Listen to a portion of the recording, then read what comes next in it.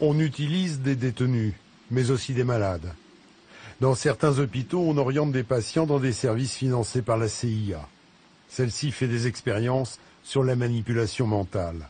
Elles sont sans limite. En 1965, Karen Wetmore a seulement 13 ans lorsqu'elle est admise à l'hôpital du Vermont.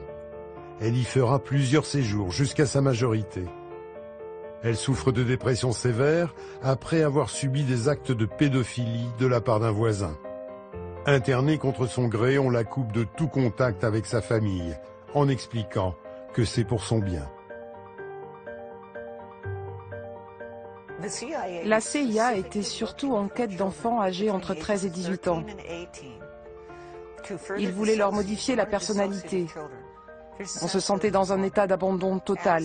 Vous êtes là, attaché, enfermé dans cette pièce, et qu'importe si vous criez, qu'importe ce que vous dites, personne ne viendra à votre secours. C'est vraiment quelque chose qui vous traumatise à vie. Les médecins s'acharnent sur Karen. Ils veulent lui effacer la mémoire et en faire un robot à leur merci. Il faudra 30 ans de lutte devant les tribunaux pour que Karen obtienne son dossier médical.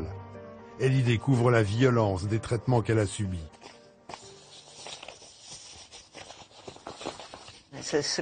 Là, c'est écrit « attaché en totalité ».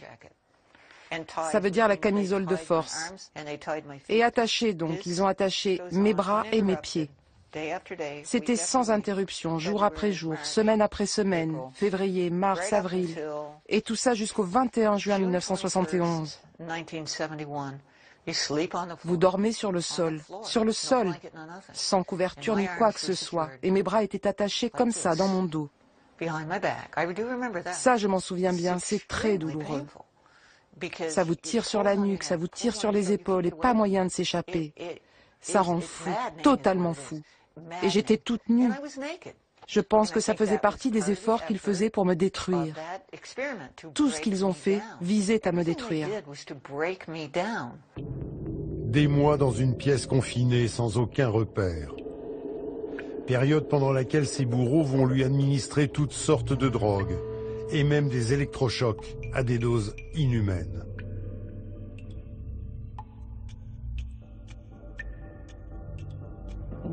Nombre d'électrochocs et le nombre de secondes pendant lesquelles ils les ont maintenus. Nombre de chocs, 30, 30, 35, 35, 35, et ils l'ont fait à chaque fois pendant 40 secondes.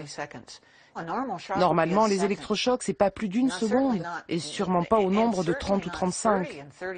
Un seul, oui, mais jamais autant. Ils cherchaient certainement à effacer ma mémoire. Et c'est exactement ce qu'ils ont fait.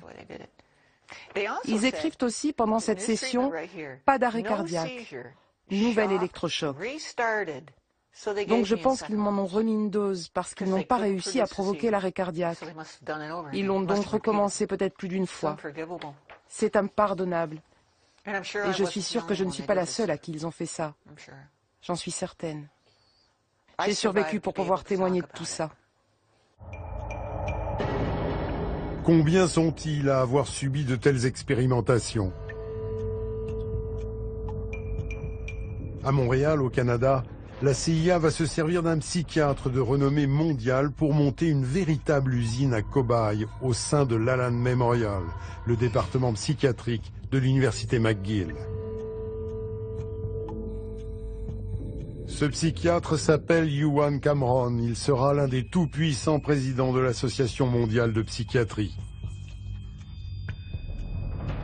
En 1945, Ewan Cameron fait l'expertise psychiatrique de Rudolf Hess, l'un des nazis accusés au procès de Nuremberg. En 1957, la CIA le recrute pour son programme MK-Ultra. Les Américains veulent parfaire leur technique d'interrogatoire et programmer un humain à tuer. Ewan Cameron devient une sorte de chien fou de la psychiatrie. Il plonge ses patients dans des états végétatifs pendant plusieurs semaines, en diffusant jour et nuit des ordres sonores préenregistrés. Certains en deviendront incontinents, amnésiques, oubliant même qui étaient leurs parents ou l'usage de la parole. L'hôpital du Vermont où Karen Wetmore a été internée travaillait sur le même programme. Entre les mains des médecins de la CIA, elle a été une poupée de chiffon. Ils ont utilisé des drogues comme le LSD, les électrochocs et aussi des électrochocs chimiques comme le métrazole qu'on m'a administré en 1971. Je l'ai découvert plus tard dans mon dossier médical. C'est une drogue extrêmement puissante, très violente. La CIA elle-même disait que c'était une drogue insoutenable, physiquement et psychologiquement insoutenable. J'ai d'ailleurs retrouvé un document de la CIA qui dit qu'elle était utilisée par les soviétiques sur les prisonniers de guerre et que ceux-ci étaient prêts à dire ou à faire n'importe quoi pour éviter une seconde dose. Quelle drogue formidable, non ?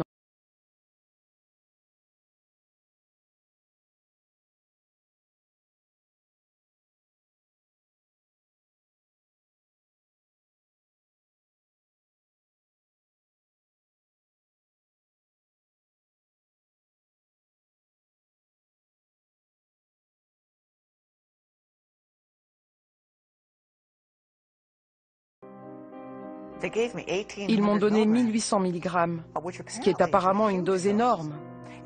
Et cette nuit-là, je me suis plainte d'entendre des voix d'hommes dans ma tête qui me tourmentaient et m'obsédaient.